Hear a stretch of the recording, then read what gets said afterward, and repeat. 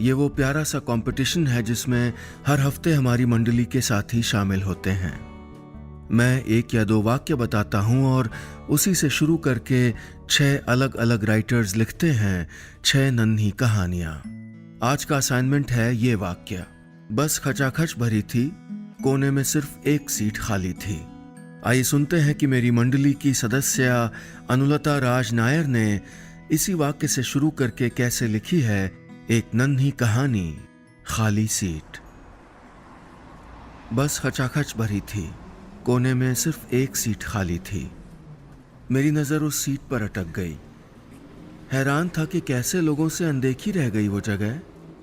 लगता है आज कुदरत मेहरबान है, वरना इस वक्त बस में जगह मिलना यानी लॉटरी लगना। शाम 5 से 7 तक तो जैसे पूरा शहर सड़क पे होता है या बस में ही यात्रा कर रहा होता है। तिल भर भी जगह नहीं। एक दूसरे के पांव कचरते लोग, पसीने से भीगे माथे और थक के पस्त हुए चेहरे वाले लोग।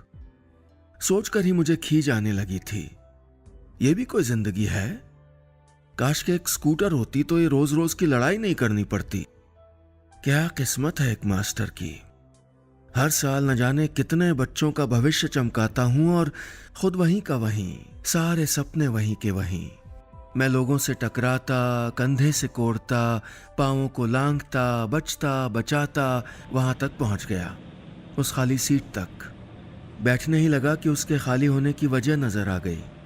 सीट का रेगजीन फटा हुआ था, भीतर का स्प्रिंग उचक के बाहर नजर आ रहा था और फोम छितरा पड़ा था। मेरे दिमाग का बाकी सब्र भी चला गया। मैं खींच कर एक तरफ लटका कवर उचके स्प्रिंग पर जमाने लगा कि अब इधर आया हूं तो बैठूंगा जरूर। हाथ से फोम को घुसेड़ने लगा तो कुछ कागज सा उंगलियों पर महसूस हुआ। पकड़कर बाहर खींचा तो एक लिफाफा था, पतला सा। ये क्या है? किसका है?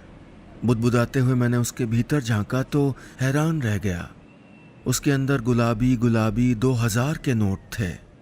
मैंने झट से लिफाफा वहीं दबाया और यहां वहां देखा। कोई मेरी तरफ देखता नहीं दिखा। आजकल कौन कहां क्या कर रहा है, किसको फिक्र है। पहली बार भागती दौड़ती जिंदगी के इस फलसफे पर मुझको प्यार आ गया। मैंने अंदाज लगाया कि कोई 50 नोट तो होंगे, यानी 1 लाख। मेरी पीठ पर सिहरन दौड़ गई। ये तो सचमुच लॉटरी लग गई मेरी। पता नहीं कितने दिनों बाद मैं इतना खुश हुआ होऊंगा। सोचने लगा कि क्या करूंगा इन पैसों का। आंखों के सामने रूठी मुन्नी की शक्ल कौंध गई। कब से सफेद झालर वाली फ्रॉक की रट लगाए है। कान में बेटे की रुंधी आवाज सुनाई दी, पापा एक भी लड़का मोहल्ले में ऐसा नहीं जिसके पास साइकिल नहीं है, सिवाय मेरे। कंधे पर हल्का सा रेशमी स्पर्श महसूस हुआ, सीमा का। कब से एक नई बनारसी साड़ी देना चाहता हूं उसे। वो कहती कुछ नहीं पर समझता हूं ना। फिर एक पल को लगा चोरी कर रहा हूं ना। नहीं, ये कोई चोरी थोड़े है। मिल गए तो रख लिए, मैंने खुद को समझाया। लेकिन ये मेरे तो नहीं है ना। मुझे बस ड्राइवर को सौंप देने चाहिए ताकि सही मालिक तक पहुंच जाए। ऐसी ही बातें तो मैं अपने स्कूल में बच्चों को सिखाता हूं। फिर लगा भाड़ में जाए असूल रसूल। मेरा मन बुरी तरह डांवाडोल हो रहा था। कुछ देर अपने आप से लड़ाई के बाद मैंने धीरे से लिफाफा निकालकर बैग में डाल दिया। आंखें बंद करके घर वालों की मुस्कुराती सूरतों की कल्पना करने लगा। क्यों बेटा, यहां एक लिफाफा देखा क्या? अचानक एक बदहवास आवाज से मेरा ध्यान टूटा। सामने एक बुजुर्ग खड़े थे। झुर्रियों के बीच भी उनकी पेशानी पर फिक्र साफ नजर आ रही थी। मैं बिना जवाब दिए वहां से उठ गया। वो झुककर सीट के नीचे आसपास देखने लगे। फिर मेरी तरफ देख के बोले, अस्पताल जा रहा था तभी मुझसे छूट गया था। अभी कुछ घंटों पहले ठीक इसी सीट पे, बस के पिछले राउंड में।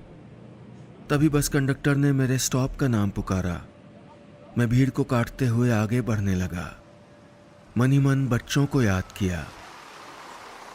आज सबकी फरमाइशें पूरी। आ रहा हूं बेटा, मैंने मन ही मन कहा। तभी पीछे से उस बुजुर्ग की आवाज आई, मैं आ रहा हूं बेटा, आ रहा हूं पैसे लेके। तुझे कुछ नहीं होगा, कुछ नहीं, आ रहा हूं। मैं रुक गया। ये तो नहीं खोज रहे आप? मैंने कोट की उधड़ी जेब से लिफाफा निकालकर उन्हें पकड़ा दिया। बच्चों को दिए वादे पूरे न होने की तकलीफ मुझसे ज्यादा कौन जानता था।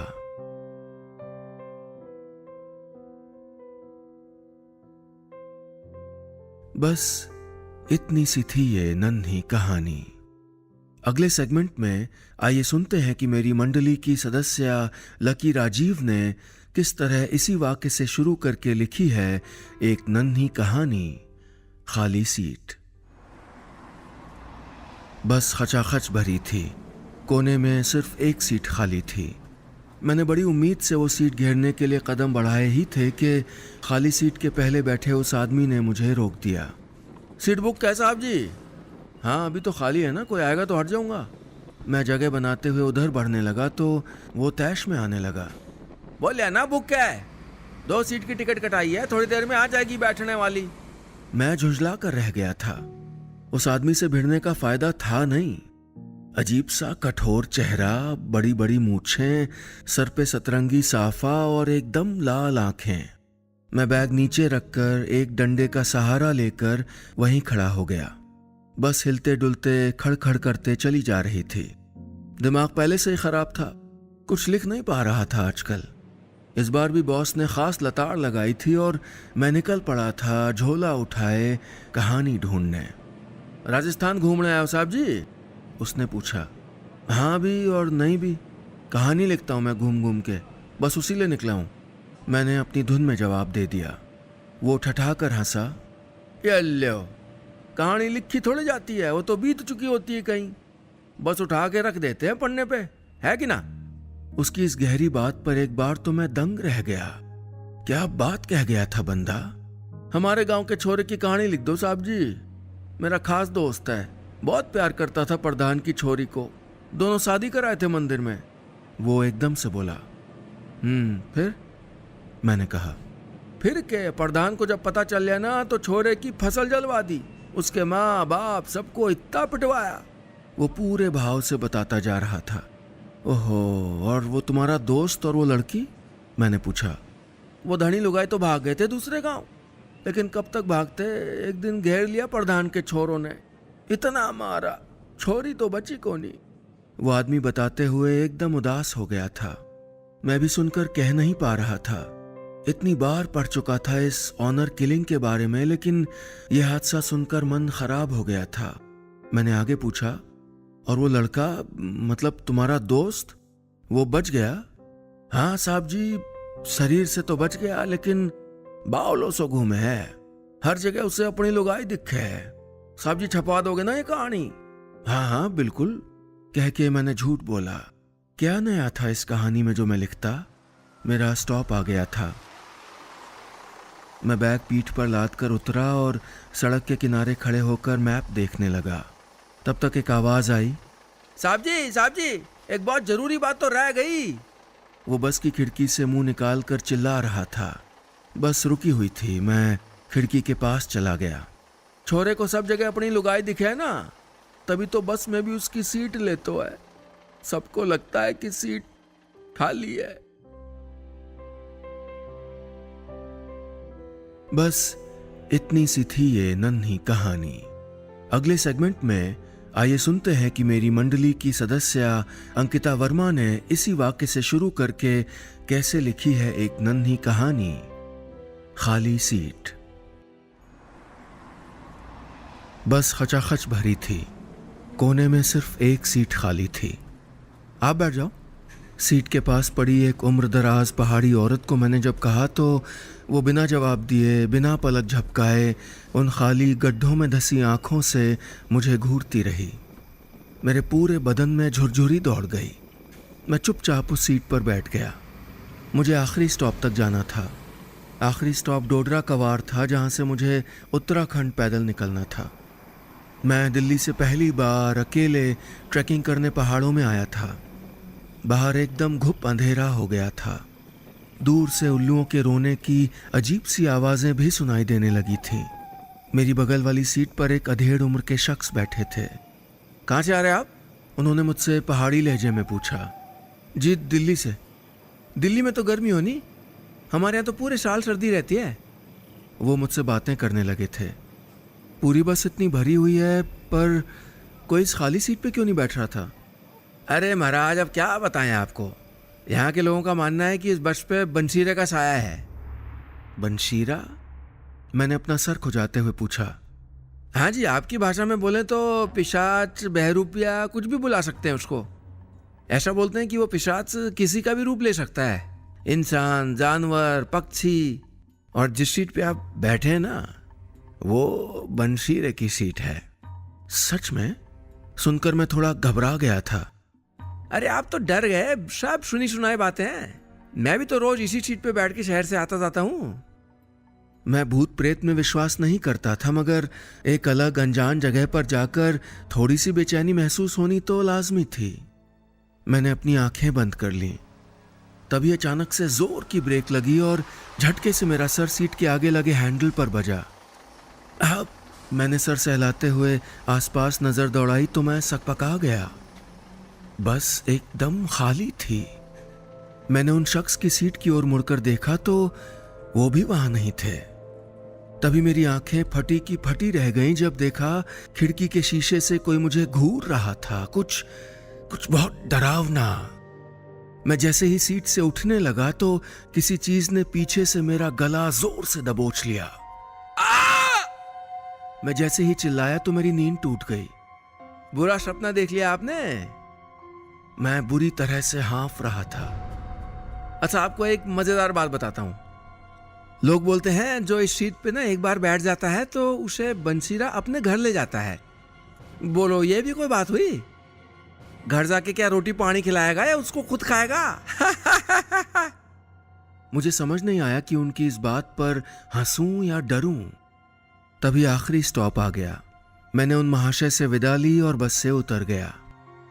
थोड़ी दूर चलने पर याद आया कि अपना फोन तो मैं बस में ही भूल गया था। दौड़कर वापस बस में चढ़ा तो देखा जिस सीट पर मैं बैठा हुआ था वहां लोग घेरा बनाकर खड़े थे।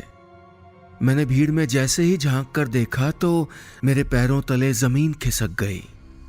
सीट पर मेरी लाश पड़ी हुई थी। मैं इससे पहले कुछ सोच पाता, कानों के पास मुझे एक ठंडी सी सांस महसूस हुई जो ये कह रही थी, अब घर चलें महाराज। बस इतनी सी थी ये नन्ही कहानी। अगले सेगमेंट में आइए सुनते हैं कि मेरी मंडली की सदस्य रश्मि कुलश्रेष्ठ ने इसी वाक्य से शुरू करके कैसे लिखी है एक नन्ही कहानी, खाली सीट। बस खचाखच भरी थी। कोने में सिर्फ एक ही सीट खाली थी। मैं दौड़कर उस पर बैठ गया। फूली सांसें थामते हुए दाएं बाएं देखने लगा। खिड़की के कांच पर रात सुस्ता रही थी और भीतर सीटों पर थके मांदे लोग। ये रात के सफर की थकान कई दिनों में नहीं मिटती और मैं तो 10 रोज से शहर शहर की सड़कें नाप रहा था, अपनी बेटी नित्या को ढूंढ रहा था। 15 रोज पहले घर पर एक नोट छोड़कर गई थी कि मुझे ढूंढना मत। कैसे नहीं ढूंढता, मैं पिता था उसका। बस का मुआयना करते हुए मैंने दाएं देखा। बगल वाली सीट पर एक 16-17 साल की लड़की बैठी थी, मेरी बेटी नित्या जितनी। उसके कटे बाल कंधे पर झूल रहे थे, नीली जीन्स पर पीली कुर्ती, पाँव में घर की चप्पलें और कानों पर दुपट्टा लपेटे वो खिड़की से बाहर देख रही थी। आप कहाँ जा रहे हो बेटा? मैंने पूछा तो उसने पलटकर मुझे देखा और गर्दन घुमा ली। लेकिन मैं देखता रहा खिड़की के कांच पर उतरती उसकी बेचैन आंखें, जैसे पिंजड़े में कोई फड़फड़ाता पंछी जो कैद से निकला तो हो पर आजादी न मिली हो। ऐसे ही मेरी नित्या भी होगी क्या? क्या वजह होगी उसके जाने की? अगर बताकर जाती तो शायद आसान होता तलाशना। पुलिस यूं हाथ न झाड़ती, मखौल न बनाती कि भाग गई होगी किसी के साथ। क्या घर से भागने वाली लड़कियां हमेशा किसी के साथ जाती हैं? तभी मेरा ध्यान बगल वाली लड़की के सुबकने पर गया। Are you okay? मैंने पूछा। उसने गर्दन हिलाते हुए कहा, मैं ठीक हो जाऊंगी, डोंट वरी। ये कैसा जवाब हुआ? वो ठीक नहीं दिख रही थी, बहुत परेशान थी, जैसे झगड़ा करके आई हो। कुछ भी हो, इसे यूं बाहर निकलना नहीं चाहिए था, वो भी इतनी रात गए, इस उम्र के बच्चों का, उनके दिमाग का मैं क्या कहूं अपनी बेटी नित्या के इस कदम का। मैं ठीक हूं, डोंट वरी। उसने जोर देते हुए कहा तो मुझे याद आया कि मैं कब से उसे ही देखे जा रहा था। मैंने झेप मिटाते हुए कहा, मेरी बेटी भी तुम्हारी उम्र की है, 15 दिन से घर नहीं आई। जिस शहर से उसके दिखने का सुराग मिलता है दौड़ जाता हूँ। अखबार में कोई हेडलाइन आती है तो डर जाता हूँ। वो घर से बाहर रहती है तो फिक्र होती है मुझे। वो जो मुझे चुपचाप सुन रही थी अब खींच कर बोली, और घर में? आप पेरेंट लोग घर में क्यों फिक्रमंद नहीं होते? क्यों किसी दूर के रिश्तेदार की बहन बना के निश्चिंत हो जाते हैं? हेडलाइन तो घर के भीतर वाली खबरों की भी होती है ना। मैं उसे सुनते हुए थर्रा रहा था। मुझे नित्या की सारी असहजता याद आने लगी। अभी 20 दिन पहले वो गुस्सा हुई थी कि ये अंकल क्यों आ जाते हैं बार बार, तो मैंने डांट दिया था। एक्सक्यूज मी कहकर वो लड़की उठकर बस के दरवाजे की तरफ बढ़ गई। मैं खाली सीट की तरफ सरका के मेरा हाथ किसी कार्ड पर पड़ा। उसके स्कूल का आई कार्ड था। भैया बस रोकना, आवाज लगाते हुए मैं बस से उतर गया। वो लड़की मुझे दूर जाती दिख रही थी। मैंने कार्ड पर लिखे इमरजेंसी नंबर को डायल कर दिया। यह भी किसी की नित्या थी जिसका घर पहुंचना जरूरी था। कोई इसे भी ढूंढ रहा होगा। ये तो घर पहुंच जाए, शायद नित्या भी किसी दिन वापस आ जाएगी। बस इतनी सी थी ये नन्ही कहानी। दोस्तों, अगले सेगमेंट में आइए सुनते हैं कि मेरी मंडली की सदस्य दीक्षा चौधरी ने इसी वाक्य से शुरू करके कैसे लिखी है एक नन्ही कहानी, खाली सीट। बस खचाखच भरी थी। कोने में सिर्फ एक सीट खाली थी, हमारे बगल वाली। और कैसे बचा के रखी थी ये सिर्फ हम जानते हैं। जो भी बस में चढ़ता हमको ऐसे घूरता जैसे हम उनका वाईफाई हैक करके सारा डाटा चुरा लिए हों। लेकिन लोग शेर तो हम भी शमशेर हैं, हाँ नहीं तो। अनुपमा जी हमारी पहली, मतलब 8वीं 9वीं 10वीं, छोड़िए नंबर में क्या रखा है। अनुपमा जी मोहब्बत है हमारी, उनके लिए सीट भी न रख पाए तो लानत है हम पे। Thank you Shammi ji, how sweet you are. वो जब अपनी मखमली आवाज में कहेंगी बाय गॉड, हम भी कह देंगे कि लगे हाथ वो 3 जादुई शब्द भी कह डालिए। जिंदगी भर आपके लिए बसों में सीट रोकता रहेगा ये शमशेर सिंह। Oh sorry Shammi. अनुपमा जी को हमारा ये नाम कहाँ पता है? दरअसल हमारे इस नाम ने भी हमारी एक भी प्रेम कहानी शुरू ना होने दी। अरे प्रेमिकाएं हमसे ऐसे भागती रहीं जैसे हम कोई 80 की फिल्मों के डाकू हों। और जो नाम में क्या रखा है वाले जुमले में आस्था रखती थी, वो हमारा काम देख के टाटा बाय बाय कह गई हैं। दरअसल हम वो थोड़ा सा गुंडागर्दी कर लिया करते हैं। वसूली से लेके कुटाई पिटाई धुलाई सब। और जिस दिन पुलिस वाले पकड़ के ले जाते हैं, बस क्या बताएं, अब अपने मुंह से अपनी धुलाई। खैर हमने फेस टू फेस से लेके फेसबुक तक सब ट्राई किया, लेकिन हर बार ब्लॉग के अलावा कुछ हाथ ना लगा। फिर एक रोज अनुपमा जी दिखी, आसमानी साड़ी, भूरी आंखें और स्माइल। देखते ही हमारे टूटे दिल का प्लास्टर हो गया था। हमारे चेलों ने बताया कि वो इस बस स्टैंड से थोड़ी दूर पे रहती हैं, रोज इसी बस से ऑफिस जाती हैं। हमने भी सोच लिया इस बार रिस्क लेना ही नहीं है। हम रोज नहा धो के गुलाब वाला इत्र लगा के अनुपमा जी के साथ सफर करने लगे। सभ्य सुशील शालीन होने की ऐसी जबरदस्त एक्टिंग की कि 2 महीने में, बस 2 महीने में अनुपमा जी के इतने अच्छे दोस्त तो बन ही गए थे कि वो एक नजर हमारी तरफ देख के मुस्कुरा लिया करती हैं। हम अपने ख्यालों का पुलाव पका के खाने ही वाले थे कि एक आवाज कानों में पड़ी, भाई साहब उधर खिसकिए ना। हमने सर से पैर तक उस आदमी को घूरा और बोले, भाई साहब यहाँ कोई आएगा। अरे ये कैसी बात है? ऐसी बात है। हमने कहा, क्यों अपने घर से लाए क्या सीट? वो आदमी बोला, हाँ लाए घर से, क्या कर लोगे हैं? जानता नहीं हो हम कौन है? हमारा शमशेर सिंह कैरेक्टर कूद के बाहर आ चुका था। क्यों, कोई बहुत बड़े डॉन हो? इतना कहने की देर थी कि हम अपनी जगह से उठे और उन भाई साहब का कॉलर पकड़ के उन्हें अपने करियर के सारे रिकॉर्ड सुना दिए और अंत में एक चेतावनी भी दे डाली। ऐसा है, चुपचाप जहां जगह मिलती है खड़े हो जाओ, वरना।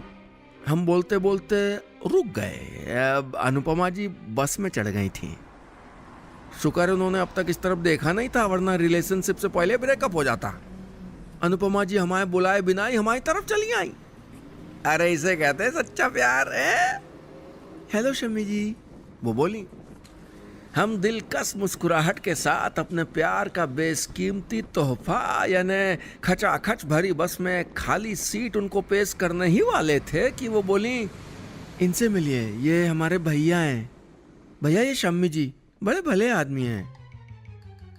उन्होंने जिस आदमी की तरफ इशारा किया वो वही था जिसे हमने 2 मिनट पहले। 2 मिनट बाद अनुपमा जी अपने बड़े भैया के साथ सीट पे बैठी थी और हम खंबे का सहारा लिए खड़े थे। बड़े भैया की हमको घूरती हुई नजरें बता रही थी कि जल्द ही हमारा दिल 10वीं बार टूटने वाला था। बस इतनी सी थी यह कहानी। आइए सुनते हैं कि मेरी मंडली की सदस्य हर्षलता ने इसी वाक्य से शुरू करके कैसे लिखी है एक नन्ही कहानी, खाली सीट। बस खचाखच भरी थी। कोने में सिर्फ एक सीट खाली थी। सीट 1 और प्राणी 2। अपनी दुल्हन को पगफेरे की रस्म के बाद उनके मायके से वापस अपने घर की ओर ले जाते हुए गुड्डू जी। लेकिन दुश्वारी ये कि पत्नी गुडुआ को मायके से वापस लेने आने के लिए पूरे 2 दिन लेट आने पर गुस्से का ट्रेलर देकर चुकी थीं और उनसे कट्टी थीं। पहली बार में पूरे 2 दिन देर से आए, बाद में तो कहो लेना ही नहीं आओगे, अब हमसे बात नहीं करना। हाँ, वैसे बस में सीट तो कोने की खाली थी, लेकिन बीच की तरफ बैठी हुई अम्मा जी ने मिसेस गुड्डू के चूड़ियों और मेहंदी भरे हाथों को बहुत ही प्रेम से देखा और खुद कोने को खिसक गईं। आओ बहुरिया, यहाँ बैठो हमारे पास। उनका ना दिया खाओ, उनका बस चली है तो बस टंगी टंगी जई हो। हाँ, मतलब एक तो मामला वैसे प्रॉब्लमेटिक और ऊपर से अम्मा जी ने तड़का और मार दिया। रूठी हुई पत्नी कोने की सीट पर, फिर अम्मा जी, और इधर दाएं कंधे में बैग लटकाए, बाएं हाथ से बस की रॉड को पकड़े, भोली मुस्कान लपेटे चुपचाप खड़े गुड्डू जी। बीच बीच में कनखियों से पत्नी को देखते कि बस एक बार वो इनकी ओर देख के मुस्कुरा भर दें। लेकिन फिलहाल इस मैटर में सफलता मुश्किल लग रही थी। अब तो उनको बस दिखाई दे रहा था कि दोनों महिलाएं कभी संतरे की फांकें एक दूसरे को दे रही थीं, तो कभी मूंगफली और नमक के साथ चटखारे भर रही थीं। ये भी कोई बात हुई? अरे ये भी नहीं पूछा कि लेट आए भी तो क्यों, बस सीधे रिसियाए गई हैं और देखो कैसे उस बूढ़ा से गपिया रही हैं। भोले गुड्डू का दिल भी बगावत पे था। खैर, जैसे तैसे अगले घंटे में सफर पूरा हुआ और गुड्डू जी भी गाल फुलाए बस से उतर कर घर की ओर चल पड़े। आगे आगे गुड्डू जी, पीछे पीछे पायल छनकाती धर्मपत्नी। ऐसा लग रहा था कि नवकी दुल्हन घर लौटते ही पुनः पगफेरे का प्रपोजल जमा कर देंगी। और अब की तो अपने गुड्डू जी रोकने भी वाले नहीं है। हाँ, गुड्डू जी घर आते ही गुसलखाने की ओर बढ़ चले और दुल्हन अपने कमरे की ओर। माहौल गजब टाइट। लगभग 10-12 मिनट बाद गुसलखाने से गुड्डू जी कमरे में लौटे तो देखा धर्मपत्नी चाय की प्याली हाथों में लिए धीमे धीमे मुस्कुरा रही थी।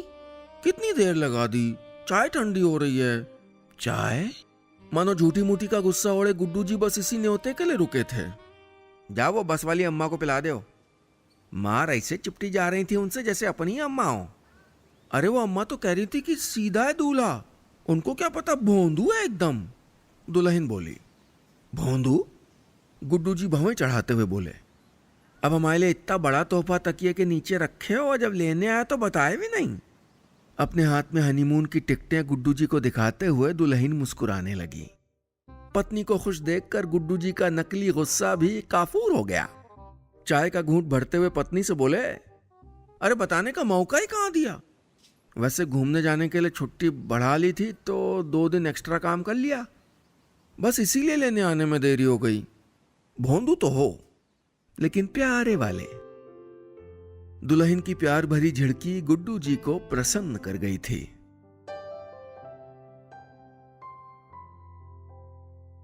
बस इतनी सी थी ये नन्ही कहानी, खाली सीट।